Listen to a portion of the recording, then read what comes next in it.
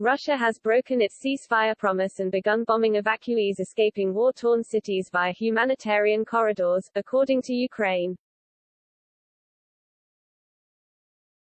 Russian forces shelled an evacuation route for civilians trapped in the besieged city of Mariupol in violation of the agreement on Tuesday, Ukraine Foreign Ministry spokesperson Oleg Nikolenko said on Twitter.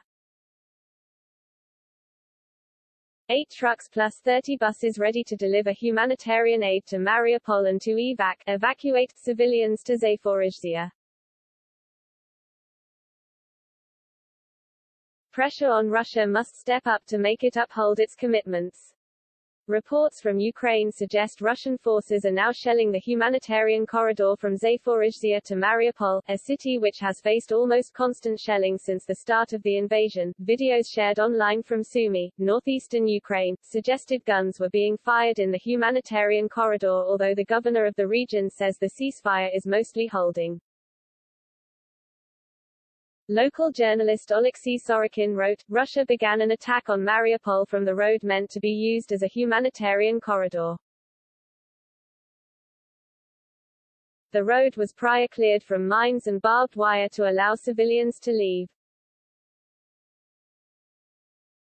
It comes as Ukrainians boarded buses to flee the besieged eastern city of Sumy on Tuesday, the first evacuation from a Ukrainian city through a humanitarian corridor agreed with Russia.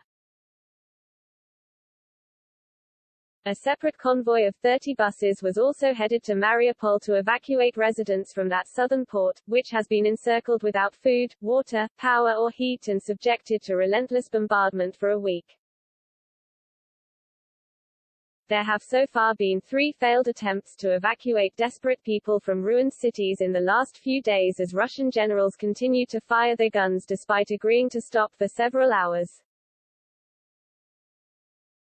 The Red Cross revealed several of the deadly weapons were found on evacuation routes which were to be used by people fleeing to safety.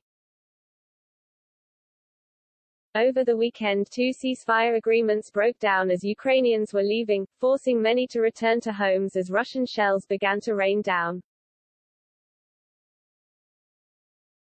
President Volodymyr Zelensky has previously warned to hunt down those who shot at evacuees in his country, saying in a public address, a man, a woman and 2 children. Right on the road, when they were just trying to get out of town.